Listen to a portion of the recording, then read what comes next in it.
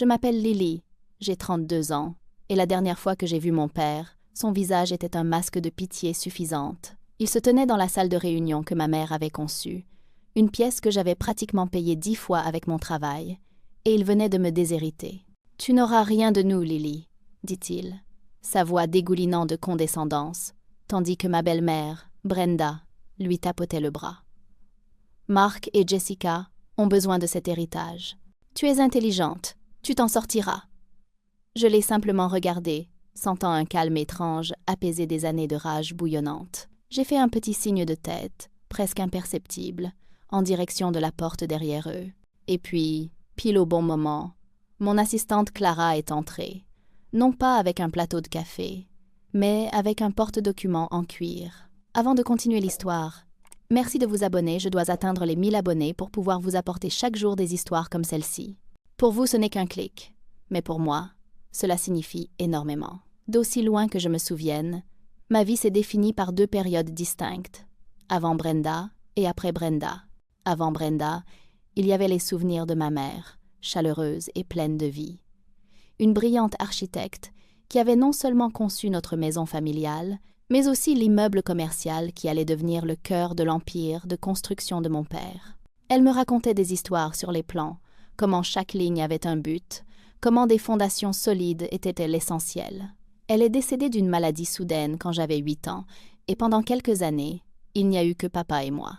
Il était perdu, et j'essayais d'être la fille parfaite et silencieuse pour ne pas lui causer plus de peine. Il me disait souvent « Toute cette entreprise, cet immeuble, c'est l'héritage de ta mère, Lily. C'est tout pour toi, pour toujours. » Je me suis accrochée à ces mots comme à une promesse, le seul lien réel qui me restait avec ma mère. Puis, quand j'ai eu 12 ans, il a rencontré Brenda lors d'une conférence. Elle est arrivée avec ses 2 enfants, Mark et Jessica, qui avaient quelques années de plus que moi, et ce fut comme une invasion au ralenti. Soudain, la maison que ma mère avait construite fut remplie de leur bruit, de leurs affaires, de leurs priorités. La promesse que mon père m'avait faite au sujet de l'héritage de ma mère devint un peu plus discrète, un peu plus conditionnelle, un peu plus oubliée. C'était la première fissure dans les fondations, celle à laquelle j'aurais dû prêter plus d'attention. La transition fut brutale.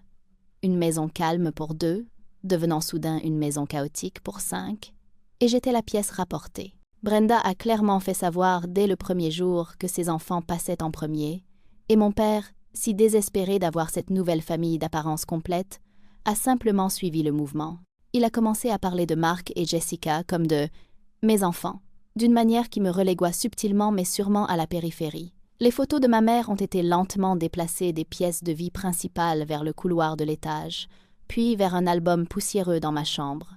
C'était un effacement progressif, si subtil que protester m'aurait fait passer pour folle ou hypersensible, une étiquette que Brenda était trop heureuse de m'attribuer. J'ai appris à être silencieuse, à être observatrice, à ravaler ma peine et à la canaliser dans mes études, déterminée à me rendre si précieuse pour l'entreprise de mon père qu'il n'aurait d'autre choix que de me voir, de se souvenir de sa promesse. C'était mon plan de jeunesse, naïf en tout cas.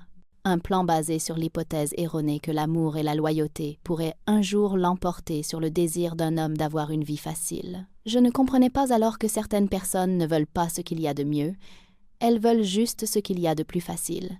Et pour mon père, apaiser Brenda et ses enfants gâtés était toujours le chemin le plus facile. C'était un homme qui évitait la confrontation à tout prix, surtout au sein de son propre foyer. Et cette lâcheté deviendrait finalement le fondement de mon avenir, mais pas de la manière dont il l'avait jamais prévu. En grandissant, le contraste entre moi et mes demi-frères et sœurs était frappant, une leçon quotidienne d'injustice à laquelle j'étais forcée d'assister. Mark et Jessica traitaient notre maison comme un hôtel, et notre père comme un distributeur de billets ambulant. Ils n'avaient aucun intérêt pour l'entreprise, la considérant uniquement comme un futur héritage qui leur était dû. Ils étaient paresseux, gâtés, et possédaient une sorte d'arrogance désinvolte qui ne peut venir que du fait de n'avoir jamais eu à travailler pour obtenir quoi que ce soit. Je me souviens d'un été, j'avais 16 ans, et j'ai passé toutes les vacances en stage dans l'entreprise, apprenant tout, de l'analyse des plans à la gestion de projet. J'adorais ça. Je me sentais proche de ma mère dans cet immeuble de bureau qu'elle avait conçu. Je restais tard, organisant des dossiers, créant de nouveaux systèmes efficaces et absorbant chaque parcelle de connaissances. Ce même été, Mark, qui avait 19 ans, a démoli sa nouvelle voiture de sport, un cadeau de mon père, et Jessica, qui avait 20 ans, est partie pour un voyage de 3 mois à la recherche de son âme, en Europe, entièrement financé par l'entreprise, sous le couvert d'une bourse d'inspiration artistique. Quand j'ai fièrement montré à mon père le nouveau système de classement numérique que j'avais créé, faisant économiser à l'entreprise des milliers de dollars en frais administratifs, il m'a tapoté la tête et a dit « C'est bien, ma chérie ». Le lendemain, il a passé 2 heures au téléphone avec un expert en assurance à propos de la voiture de Mark, la voix tendue d'inquiétude. Le message était clair. Mes contributions étaient gentilles, mais les problèmes de ces beaux enfants étaient urgents. Ce schéma s'est répété pendant des années. J'ai excellé dans mes études, obtenu un diplôme en génie civil et en gestion d'entreprise dans une grande université, tout en travaillant les week-ends et les vacances à l'entreprise. Mark a obtenu de justesse un diplôme en communication et Jessica a changé de spécialisation 4 fois avant d'abandonner pour devenir une influenceuse. Pourtant, à chaque réunion de famille, mon père se vantait de l'esprit créatif de Jessica et des compétences relationnelles de Mark, tandis que mes réussites étaient résumées par un dédaigneux. « Et Lily, eh bien, c'est l'intelligente. Toujours la tête dans un livre. » Ce n'était pas un compliment. C'était une étiquette qui me séparait, me présentait comme cette créature étrange et sérieuse, qui n'avait pas besoin de la même chaleur ou de la même attention que ses autres enfants, plus normaux. Ils construisaient un récit, vous voyez, un récit où ils avaient besoin de son aide et pas moi. Un récit qui justifierait un jour la trahison ultime. Il préparait le terrain pour sa propre absolution, et j'étais trop occupée à essayer de gagner son amour pour voir la situation telle qu'elle était. Après avoir obtenu mon diplôme avec la plus haute distinction, j'ai rejoint l'entreprise à plein temps, non pas à un poste de cadre confortable, mais en tant que chef de projet junior. Ça ne me dérangeait pas. Je voulais gagner ma place. Je croyais, bêtement, que la méritocratie pouvait exister au sein d'une dynamique familiale si clairement faussée. Pendant 5 ans, j'étais la première arrivée et la dernière partie. Je gérais les projets les plus difficiles, ceux avec des budgets serrés et des délais impossibles qui stressaient mon père. Je les transformais en succès, encore et encore. Mon nom était sur les rapports, mes stratégies étaient dans les plans, mais le crédit revenait toujours à mon père. Il se levait lors des réunions du conseil d'administration et présentait mon travail comme le sien, utilisant des phrases comme « j'ai eu une idée » ou « j'ai décidé que nous devrions » et je le laissais faire. Je me disais que c'était pour le bien de l'entreprise, pour le bien de la famille. Je jouais sur le long terme, pensais-je. Ma récompense était de voir les bénéfices de l'entreprise tripler. Ma récompense était la satisfaction silencieuse de savoir que j'étais le moteur qui faisait tout tourner. Pendant ce temps, Mark et Jessica se voyaient confier des postes pour lesquels ils étaient ridiculement peu qualifiés. Mark fut nommé responsable du développement commercial, un rôle qui consistait principalement à inviter des clients à des déjeuners coûteux sur la carte de l'entreprise et à rater des contrats que je devais ensuite sauver en coulisses. Jessica reçut le titre de directrice de l'esthétique d'entreprise, un rôle complètement inventé qui lui permettait de dépenser des dizaines de milliers de dollars pour redécorer le bureau tous les 6 mois. Mon père appelait cela « investir dans notre marque ». J'appelais cela du détournement de fonds. L'injustice était si flagrante, si caricaturalement injuste, que les autres employés de longue date pouvaient la voir. Ils me lançaient des regards compatissants dans le couloir, ou louaient discrètement mon travail quand mon père n'était pas là. Ils étaient les témoins, le cœur silencieux de mon humiliation à petit feu. Mais leur sympathie était inutile. Elle ne changeait rien au fait que je tournais en rond dans une roue de hamster, prouvant sans cesse ma valeur à un homme qui avait déjà décidé qu'elle n'avait aucune valeur au-delà de ce qu'il pouvait exploiter. Le point de rupture se construisait, brique par brique douloureuse. L'exemple le plus flagrant de cela, celui qui a vraiment fissuré ma loyauté, fut le projet de la tour Henderson. C'était une entreprise massive, un gratte-ciel de 50 étages, qui devait être le couronnement de notre société. Nous étions à mi-chemin lorsque le principal fournisseur d'acier a fait faillite, un événement catastrophique qui menaçait de faire dérailler tout le projet et peut être de nous mettre en faillite. Mon père a paniqué. Il était prêt à se retirer, à limiter les pertes, ce qui aurait détruit notre réputation. La brillante contribution de Mark fut de suggérer de poursuivre tout le monde. Jessica pensait que nous devrions rebaptiser la crise. Moi, par contre, je me suis enfermée dans mon bureau pendant 72 heures d'affilée. Je n'ai pas dormi. J'ai vécu de café et d'une détermination froide et brûlante. J'ai appelé tous les contacts que j'avais, recoupé des manifestes d'expédition de 3 continents et négocié avec 4 fournisseurs rivaux différents. J'ai construit une nouvelle chaîne logistique à partir de zéro. J'ai trouvé un moyen de nous approvisionner en acier dont nous avions besoin, avec une majoration de seulement 10%, et je l'ai réacheminé vers le site avec un retard de seulement 3 semaines. J'ai sauvé le projet, j'ai sauvé l'entreprise, j'ai sauvé tout l'héritage de mon père. Lors de la réunion de célébration qui a suivi, mon père s'est tenu devant le conseil d'administration et a déclaré « Ce fut une période éprouvante, mais mon leadership nous a permis de nous en sortir. » Il n'a pas mentionné mon nom une seule fois. Plus tard cette semaine-là, il m'a appelé dans son bureau. « Ça y est, pensais-je, c'est le moment où il me reconnaît enfin. » Il a fait glisser une enveloppe sur le bureau. À l'intérieur se trouvait un chèque de 5 000 $. « Un petit bonus, » dit-il avec un sourire magnanime. « Pour ton travail acharné, 5 000 $. » Le projet allait rapporter à l'entreprise plus de 30 millions de dollars de bénéfices. Le lendemain même, une note de service interne annonçait que Mark était promu vice-président des opérations, avec un nouveau bureau d'angle, celui qui avait une vue parfaite sur la tour Henderson. C'est à ce moment-là que la blessure s'est transformée en autre chose.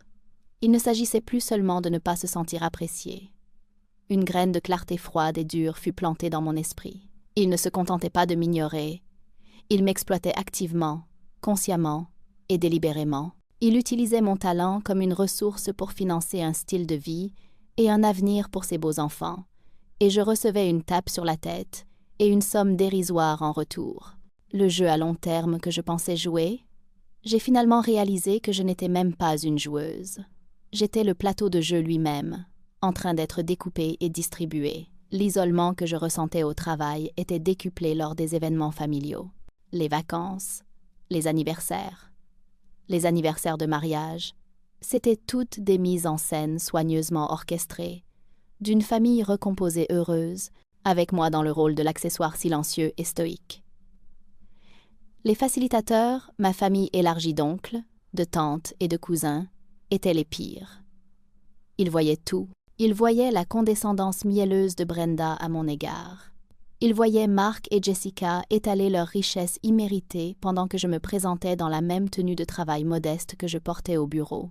Ils voyaient mon père louer ses beaux enfants pour le simple fait de respirer, alors que moi, l'architecte de la prospérité continue de la famille, j'étais une pensée secondaire, mais ils ne disaient jamais un mot. Pas un vrai, en tout cas. La manœuvre signature de ma tante Carole était de me prendre à part dans la cuisine, en me serrant le bras avec un regard de profonde sympathie. « Tu es une si bonne fille, Lily, » chuchotait-elle. « Tu dois être la plus grande personne. Ton père. Eh bien, tu sais comment il est. Maintiens juste la paix. » Maintenir la paix, c'était la devise de la famille. C'était une phrase qui signifiait « Laisse l'injustice continuer ». Elle signifiait « Tes sentiments sont moins importants que d'éviter une conversation inconfortable ». C'était un ordre de silence déguisé en conseil avisé. Mon oncle Robert me donnait une tape dans le dos et disait « Ne t'inquiète pas, le sang est plus épais que l'eau. À la fin, il fera ce qu'il faut pour toi. » Mais ses yeux ne croisaient jamais vraiment les miens, parce que nous savions tous les deux qu'ils débitaient un mensonge réconfortant. Leur silence n'était pas neutre. C'était une approbation du comportement de mon père. Ils étaient complices. Leur désir d'un dîner de Noël paisible ou d'un barbecue d'été sans drame était plus important que ma dignité, ma carrière et mon héritage. Leur passivité m'a appris une leçon précieuse. Quand les gens vous montrent qu'ils ne sont pas prêts à vous défendre, croyez-les. Il n'y aura pas de cavalerie. Personne ne viendra vous sauver. Vous êtes seul. Cette prise de conscience fut à la fois terrifiante et, d'une manière étrange, libératrice. Si j'étais vraiment seule, alors je n'avais plus à jouer selon leurs règles. Je n'avais plus à maintenir la paix. La paix ne m'avait de toute façon jamais incluse. La famille à laquelle j'essayais si fort d'appartenir était une fiction, La seule personne sur qui je pouvais compter, c'était moi-même. Un samedi après-midi pluvieux, environ 6 mois après l'incident de la tour Henderson, je cherchais quelque chose dans le grenier. Mon père voulait que je trouve de vieux documents fiscaux qu'il avait rangés, une tâche qu'il m'avait naturellement sous-traitée. En fouillant dans des boîtes poussiéreuses de ses vieux annuaires universitaires et des projets de bricolage abandonnés de Brenda, ma main effleura un petit coffre en bois verrouillé. C'était celui de ma mère. Je reconnus la sculpture complexe d'un lit sur le couvercle. Mon père ne montait jamais ici. Il détestait les rappels du passé. J'ai crocheté la serrure bon marché avec une épingle à cheveux, mon cœur battant la chamade. À l'intérieur, sous une couche de ces vieux foulards en soie qui sentaient encore faiblement son parfum, se trouvait un porte-documents relié en cuir. Il n'était pas rempli de photos ou de lettres. Il était rempli de documents juridiques, des testaments, des évaluations immobilières et quelque chose appelé une fiducie révocable entre vifs. J'avais un diplôme en commerce, donc je comprenais les bases, mais c'était complexe. Je me suis assise là, sur le sol poussiéreux, à lire le jargon juridique dense. Le document était daté d'un mois avant le décès de ma mère. Il détaillait ses actifs, dont le plus important était la propriété commerciale au 255 Grand Avenue, l'immeuble même qui abritait le siège de notre entreprise. La fiducie stipulait que mon père serait le fiduciaire, gérant la propriété au profit de l'entreprise, jusqu'à mon 25e anniversaire. À mon 25e anniversaire, la propriété pleine et entière de l'immeuble devait me être transférée directement, à moi, Lily Ann Morgan. J'avais 31 ans. J'ai relu la phrase. Et encore. La pleine propriété m'avait été transférée il y a 6 ans. 6 ans. Pendant 6 ans, l'immeuble depuis lequel mon père dirigeait son entreprise, le joyau de son prétendu empire, l'actif même sur lequel il prévoyait de construire un héritage pour Mark et Jessica, avait été le mien. Pendant tout ce temps, il n'était pas le propriétaire. Il était un locataire qui ne payait pas, de surcroît. J'ai senti l'air quitter mes poumons. Ce n'était pas un oubli. Il devait le savoir. Il y aurait eu des avis juridiques, des documents fiscaux, des déclarations. Il savait. Il savait depuis 6 ans qu'il exploitait son entreprise sur ma propriété. Et il n'avait jamais dit un seul mot. Il m'avait laissé m'échiner au travail pour gagner ma place dans un immeuble qui m'appartenait déjà. L'audace pure et stupéfiante de la chose. La profondeur de la tromperie. C'était une trahison si profonde qu'elle semblait presque irréelle. La colère silencieuse et latente que je portais depuis des années s'est soudainement transformée en une certitude incandescente, dure comme le diamant. Il ne s'agissait plus seulement d'un manque de reconnaissance. Il s'agissait de vol. Il s'agissait de fraude. Et il n'allait pas s'en tirer comme ça. Le lundi suivant, j'ai pris une journée personnelle, chose que je n'avais jamais faite de toute ma carrière, que j'avais un rendez-vous chez le dentiste. Au lieu de cela, je me suis rendue au cabinet d'avocat le plus prestigieux de la ville, celui que mon entreprise utilisait parfois pour les litiges commerciaux. Je ne suis pas allée voir notre contact habituel, bien sûr. J'ai demandé le chef du département de la planification successorale, un homme nommé Arthur Harrison. Il avait la soixantaine avancée, avec une réputation de requin, mais d'un requin profondément scrupuleux. Je suis entrée dans son bureau opulent aux murs lambrissés et j'ai posé le porte-document du coffre de ma mère sur son bureau. « Monsieur Harrison », ai-je dit, ma voix plus stable que je ne l'aurais cru. « J'ai besoin que vous m'expliquiez ceci, comme si je n'y connaissais rien. » Il a passé l'heure suivante à éplucher les documents, son expression devenant de plus en plus sombre. Il levait parfois les yeux sur moi, par-dessus ses lunettes de lecture, son regard vif et évaluateur. Quand il a eu fini, il a joint ses mains sur son bureau et m'a regardé. « Mademoiselle Morgan », commença-t-il, sa voix calme et sérieuse. « Ce n'est pas un document compliqué. Il est, en fait, remarquablement clair. Votre mère était une femme très intelligente. » Il a ensuite confirmé tout ce que j'avais soupçonné. La fiducie était blindée, la propriété au 255, Grand Avenue, et le terrain sur lequel elle se trouve, était légalement et exclusivement mienne depuis la date de mon 25e anniversaire. Il a expliqué que mon père, en tant qu'ancien fiduciaire, aurait été légalement obligé de m'informer du transfert. Il aurait reçu de multiples avis officiels. « Manquer à cette obligation », dit M. Harrison, sa voix empreinte d'un dédain professionnel, est une violation profonde du devoir fiduciaire. Au mieux, c'est de la négligence grave. Au pire, c'est de la fraude. Il se pencha en avant. Dites-moi, mademoiselle Morgan, l'entreprise de votre père a-t-elle payé un loyer pour l'utilisation de cette propriété au cours des 6 dernières années? J'ai juste secoué la tête, un rire amer s'échappant de mes lèvres. Non, pas un centime.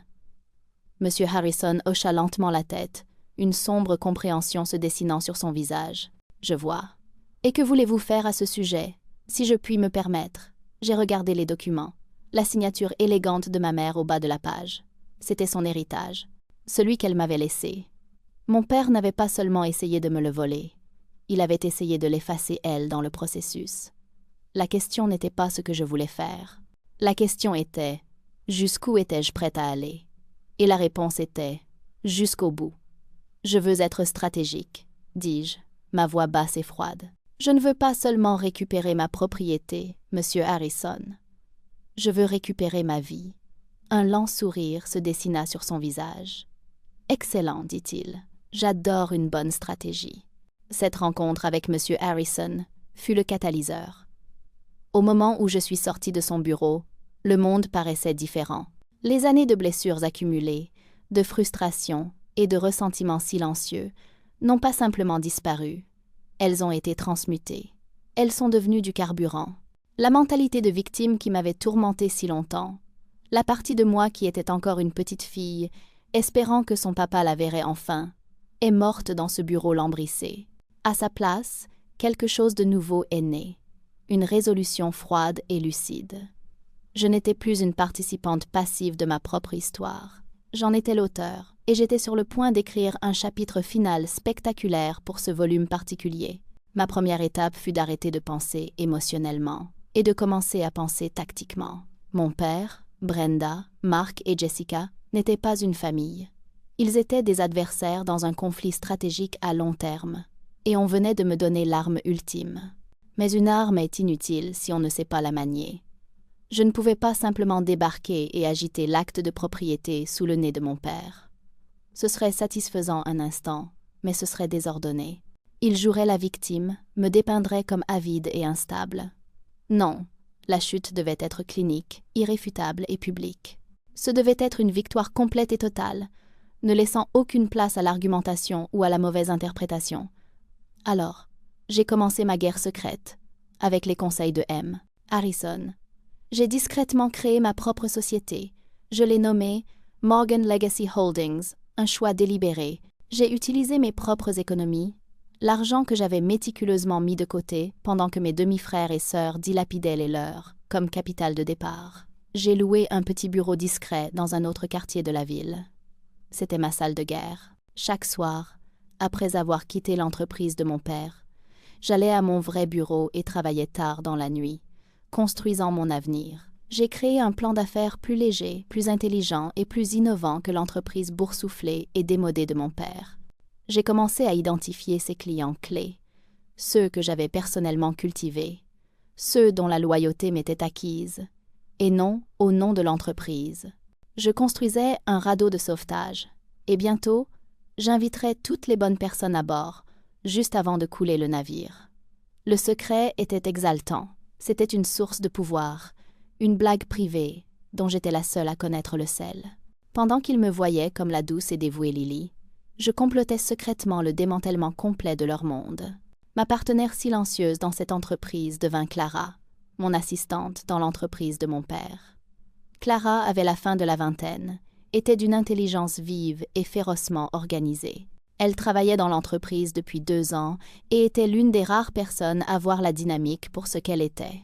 Elle était professionnelle et polie avec tout le monde, mais je voyais la lueur d'agacement dans ses yeux lorsque Mark lui déléguait son travail ou lorsque Jessica exigeait qu'elle fasse une course personnelle. Clara voyait ma compétence et la manière dont elle était exploitée. Je ne lui avais jamais rien dit de mes sentiments, mais il y avait une compréhension tacite entre nous.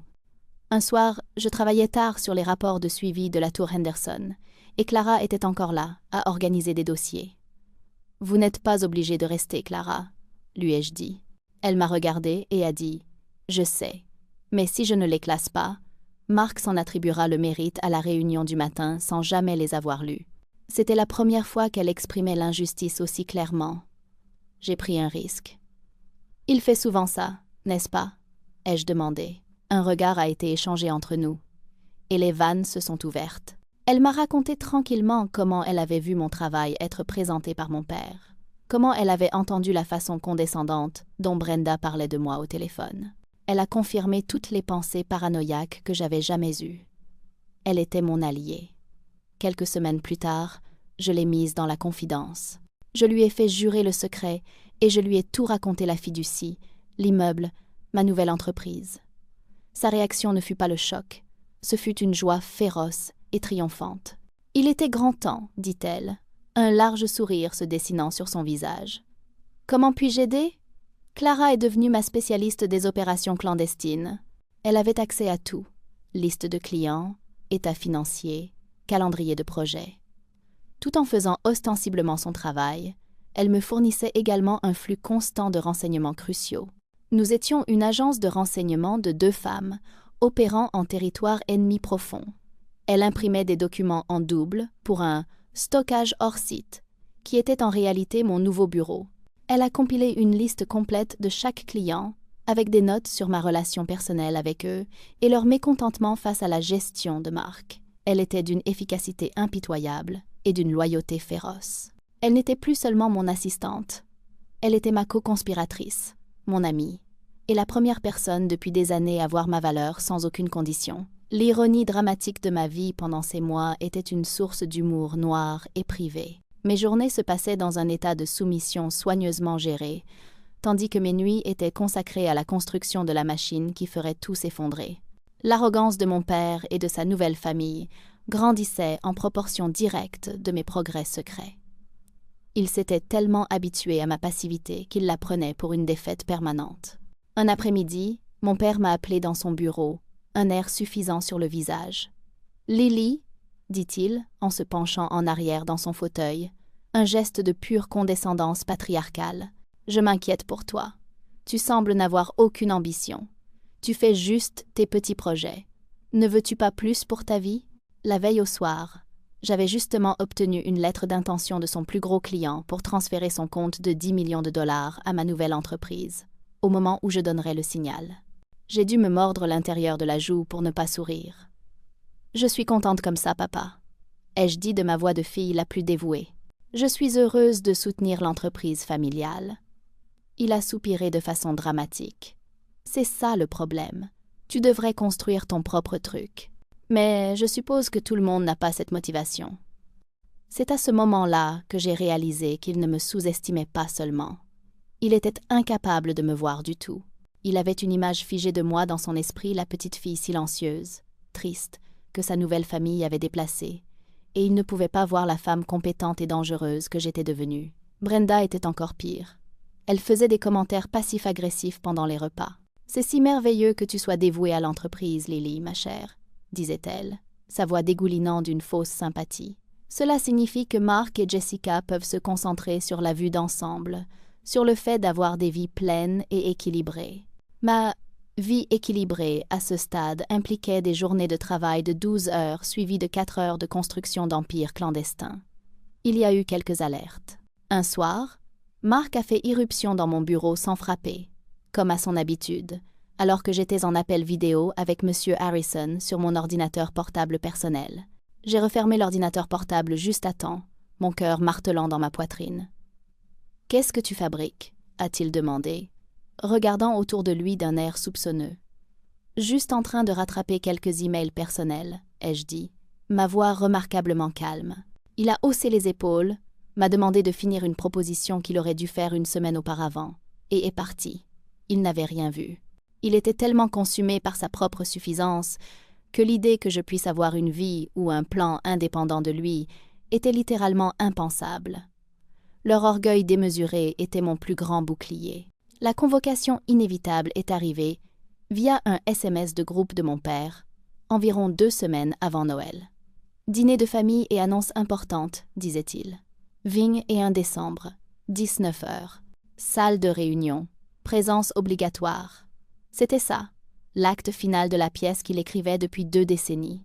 Le moment était parfaitement cruel, juste avant les fêtes, conçue pour que toute protestation paraisse mesquine et perturbatrice pour l'esprit de famille. La tension au cours des 2 semaines précédant ce dîner était presque insupportable. Au bureau, mon père, Brenda et les demi-frères et sœurs étaient pratiquement euphoriques. Ils se promenaient avec un air de finalité triomphante, me traitant avec une sorte de pitié douce qui était plus insultante que leur condescendance habituelle. Ils pensaient qu'ils étaient sur le point de sécuriser leur avenir, de m'écarter enfin et formellement, et de prendre tout ce que ma mère et moi avions construit. Ils n'avaient aucune idée que c'était moi qui tenais le scénario, et que j'avais écrit une fin très différente. Clara et moi étions en sur-régime. Nous avons finalisé les documents de transfert pour nos clients clés. Monsieur Harrison avait préparé, déposé et rendu prête à être déployée toute la paperasse légale. J'avais rédigé des lettres à chaque fournisseur de l'entreprise, les informant du changement de direction et d'adresse de facturation pour ma nouvelle société. Le jour du dîner, je me sentais étrangement sereine. J'ai passé la matinée dans un spa, chose que je n'avais jamais faite auparavant. J'ai acheté une nouvelle robe, une simple et élégante robe fourreau bleu foncé, de la couleur de l'acier. C'était mon armure. Alors que je me préparais ce soir-là, je me suis regardée dans le miroir. Les années d'anxiété et de blessures étaient toujours là, mais elles n'étaient plus aux commandes. J'ai vu une femme qui avait été forgée dans le feu, une femme qui avait pris sa douleur et l'avait transformée en pouvoir. J'ai appelé Clara. « Es-tu prête ?»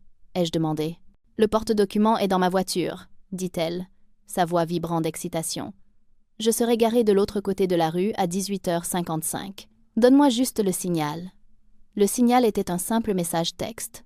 Maintenant, j'ai pris une profonde inspiration, j'ai pris mon sac à main et je suis sortie pour assister à ma propre exécution, sachant que c'était moi qui tenais la hache. Je suis arrivée à l'immeuble de bureau, mon immeuble de bureau, à 7 heures précises.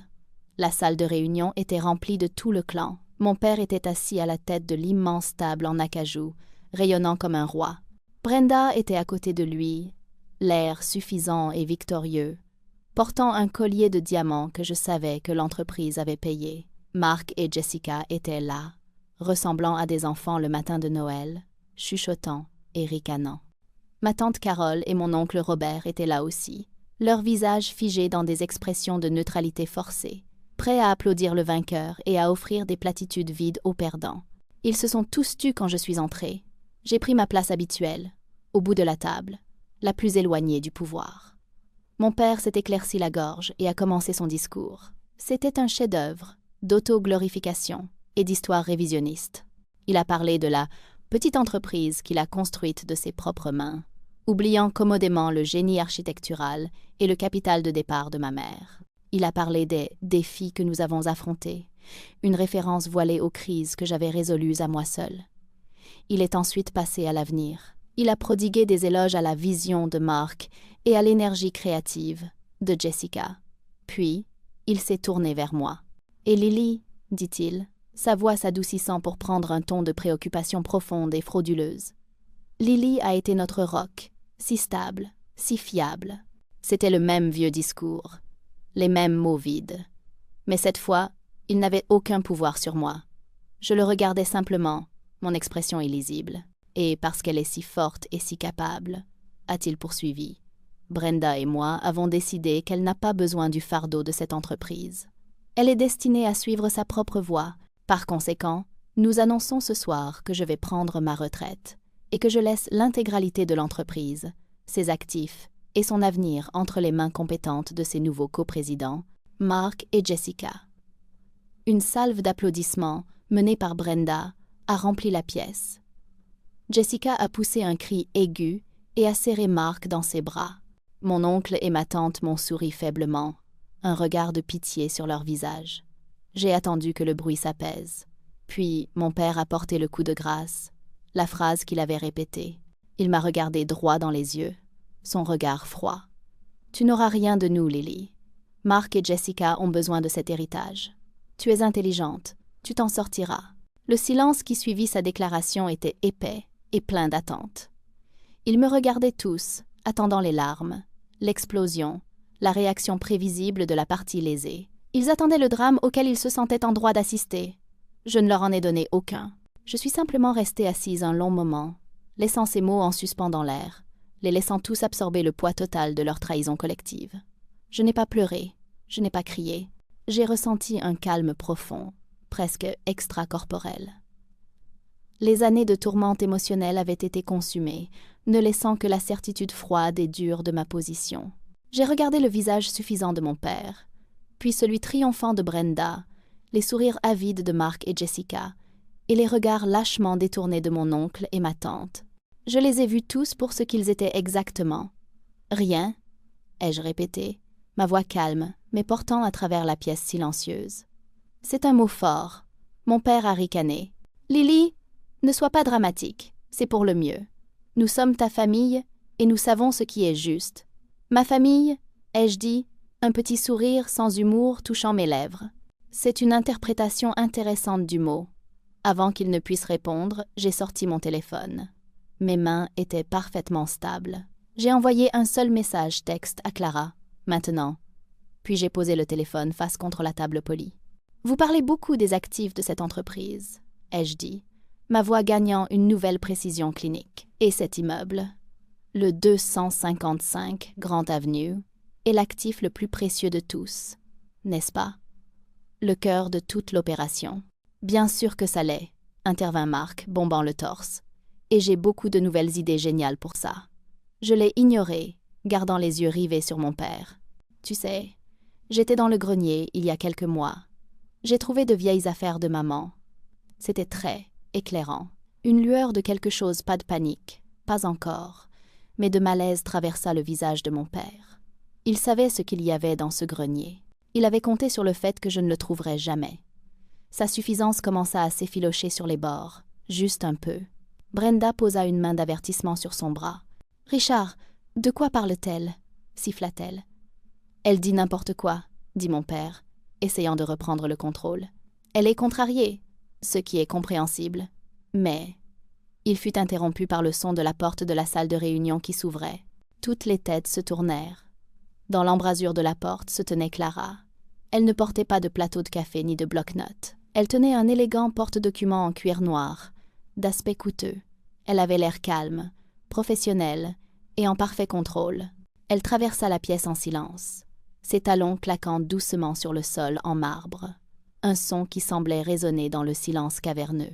Elle ne regarda personne d'autre que moi. Elle s'approcha de mon bout de la table et posa le porte-document devant moi avec une révérence silencieuse. Puis, elle me fit un petit signe de tête presque imperceptible et quitta la pièce, refermant doucement la porte derrière elle. Toute la pièce était figée, observant cette pièce de théâtre silencieuse et déroutante. Mon père fixa le porte-document comme si c'était une bombe. « Qu'est-ce que c'est que ça, Lily » demanda-t-il, la voix tendue. « Encore du drame ?» Je ne lui ai pas répondu. J'ai ouvert le porte-document avec une lenteur délibérée. À l'intérieur se trouvaient plusieurs documents, chacun dans une pochette de protection transparente. J'ai fait glisser celui du dessus. C'était une copie certifiée conforme du titre de propriété du 255 Grand Avenue. Je l'ai placé au centre de la table et lui ai donné une légère poussée. Il a glissé sur la surface polie, s'arrêtant juste devant mon père. Il le fixa, son visage pâlissant. Brenda plissa les yeux, essayant de le lire de son siège. « Qu'est-ce que c'est » demanda Jessica, sa voix stridente de confusion. « Ça, ai-je dit, ma voix aussi froide et claire que la glace, c'est l'acte de propriété de cet immeuble. Mon immeuble. » La confusion dans la pièce se transforma en choc. Mon père s'empara du papier, ses mains tremblant légèrement. « C'est une copie, balbutia-t-il. « Ça ne veut rien dire. »« Oh, ça veut tout dire, ai-je dit, sortant le document suivant, parce que ceci, j'ai fait glisser le deuxième papier sur la table, est une copie certifiée conforme de la fiducie de ma mère, dont tu étais le fiduciaire, celle que tu as commodément oublié de me mentionner. » Je les ai laissés lire. J'ai regardé la couleur quitter complètement le visage de mon père, tandis que Brenda lui arrachait les papiers, les yeux écarquillés de panique. J'ai regardé la réalisation poindre sur les visages de Mark et Jessica, que le royaume qui venait de leur être offert était construit sur un terrain qui ne leur appartenait pas. « Laissez-moi vous résumer », ai-je dit en me penchant en avant, pour qu'il n'y ait aucune confusion. Selon ce document juridiquement contraignant, que toi, papa, était légalement obligé d'exécuter la pleine et exclusive propriété de cet immeuble, de ce bâtiment et du terrain qu'il occupe, m'a été transférée le jour de mon 25e anniversaire. C'était il y a 6 ans, 4 mois et 12 jours. Le silence dans la pièce était absolu, rompu seulement par la brusque inspiration de Brenda. « Ce n'est pas possible », murmura-t-elle en regardant mon père. « Richard, dis-moi que ce n'est pas possible. » Mon père se contentait de fixer les documents, la bouche s'ouvrant et se fermant comme un poisson. Le patriarche arrogant et puissant avait disparu, remplacé par un vieil homme abasourdi et acculé. « Donc, continuai-je, ma voix calme et méthodique, comme un chirurgien expliquant une procédure, au cours des 6 dernières années, vous avez exploité votre entreprise, généré vos bénéfices et financé votre style de vie en squattant ma propriété. Vous n'avez pas payé un seul dollar de loyer. Vous n'avez pas couvert les impôts fonciers, que moi, par le biais d'un compte séparé que ma mère avait créé, j'ai payé. Vous avez été, en termes juridiques, des locataires frauduleux. Frauduleux? Couina Mark, son visage un masque comique d'incrédulité. Nous ne sommes pas frauduleux. Vous occupez une propriété sans la permission du propriétaire et sous de faux prétextes, ai-je déclaré sèchement. C'est la définition de la fraude. Mais ne vous inquiétez pas, vous n'aurez plus à être locataire. J'ai laissé cela en suspens un instant, parce qu'en tant que propriétaire légal et unique du 255 Grant Avenue, je résilie par la présente votre bail. Ce qui, puisqu'il n'y en a pas, signifie que je vous expulse. Vous avez 30 jours pour quitter les lieux. La panique a explosé. « Nous expulser ?» a hurlé Brenda. « Tu ne peux pas faire ça, c'est notre entreprise, c'est notre maison, c'est mon immeuble, l'ai-je corrigé doucement. Et l'entreprise? Eh bien, à ce sujet, j'ai sorti un 3e document du porte-document. C'était une épaisse liasse de papier. Ceci est intéressant.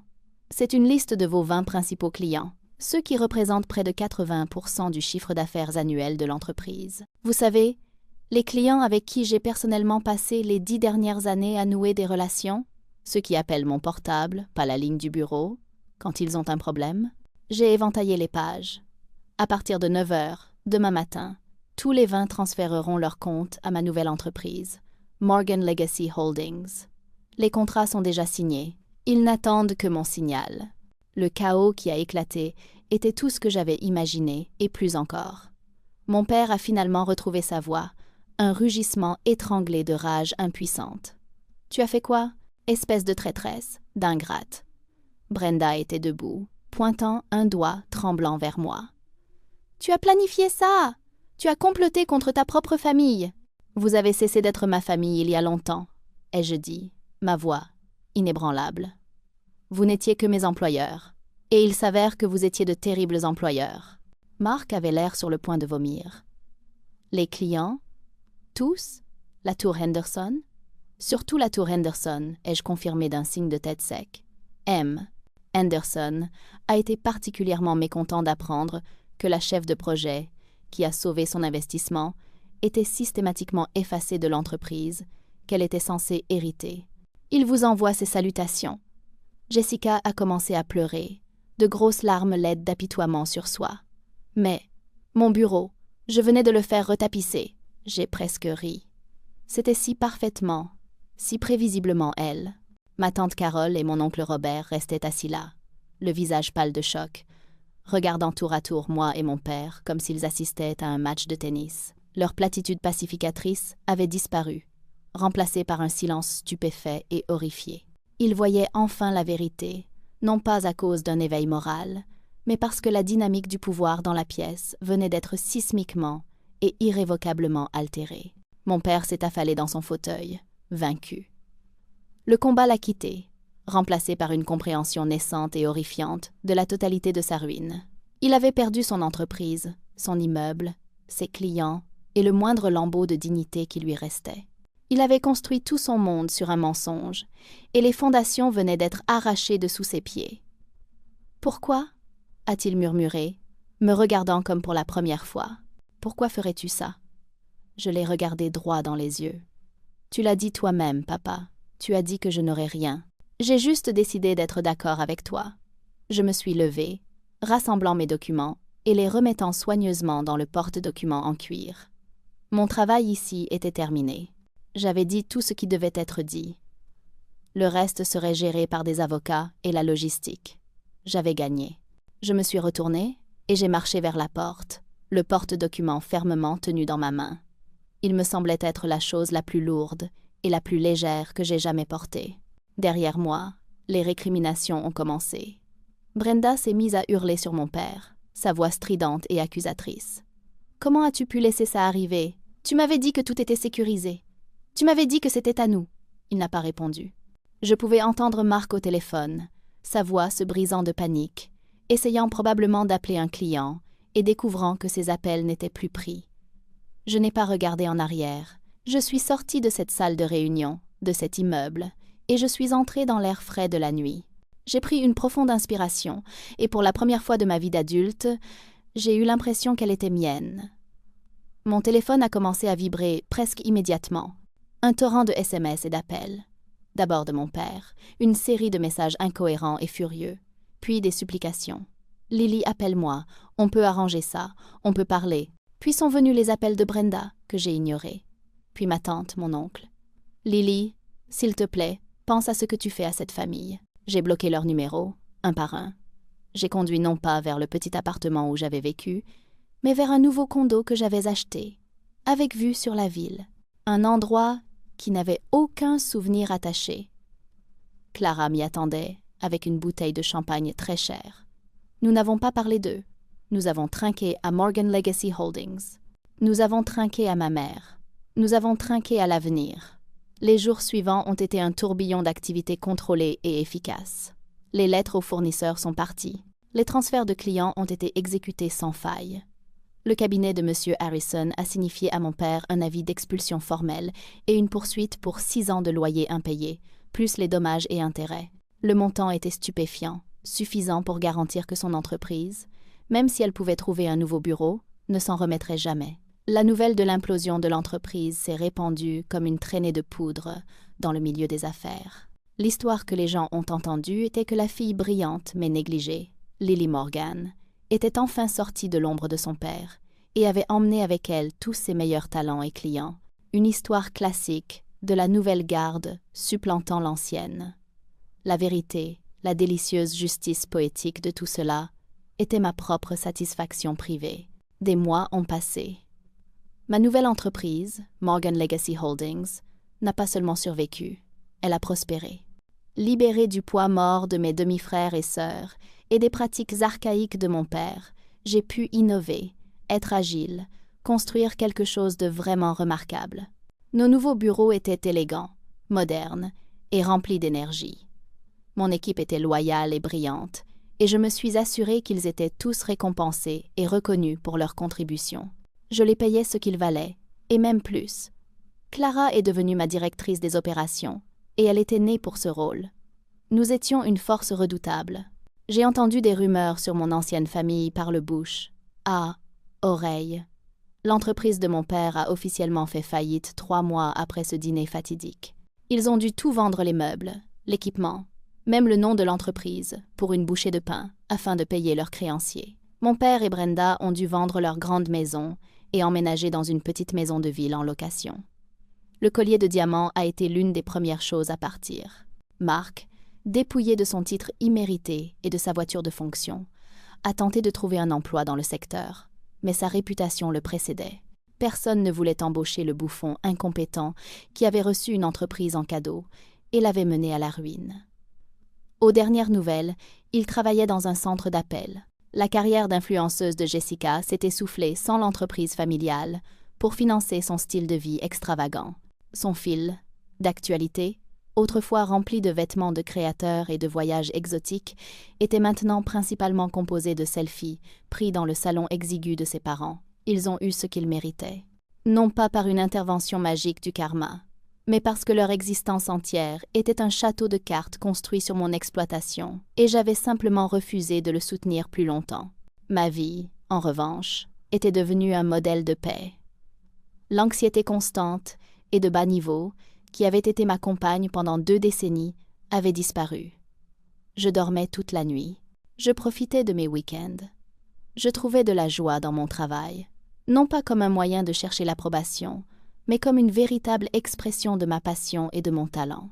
Environ 1 an après la prise de contrôle, M. Harrison m'a appelé. La procédure de faillite de l'ancienne entreprise de mon père était terminée. Il restait un actif que personne ne voulait acheter.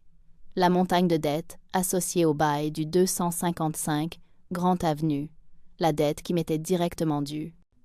« Le tribunal est prêt à l'annuler, dit-il, ou vous pourriez acheter la dette vous-même pour une somme symbolique. Essentiellement, vous achèteriez la dette de votre père envers vous pour $1. Un lent sourire se dessina sur mon visage. C'était l'acte ultime et final de justice poétique. Je l'ai acheté. Non pas parce que je voulais l'argent, mais pour le symbolisme. Je possédais maintenant le document même qui quantifiait leur échec colossal. Parfois, je le sors et je le regarde. Ce n'est pas un trophée de vengeance. C'est un reçu. C'est la preuve du prix de l'arrogance, du coût de sous-estimer la personne silencieuse et appliquée dans son coin.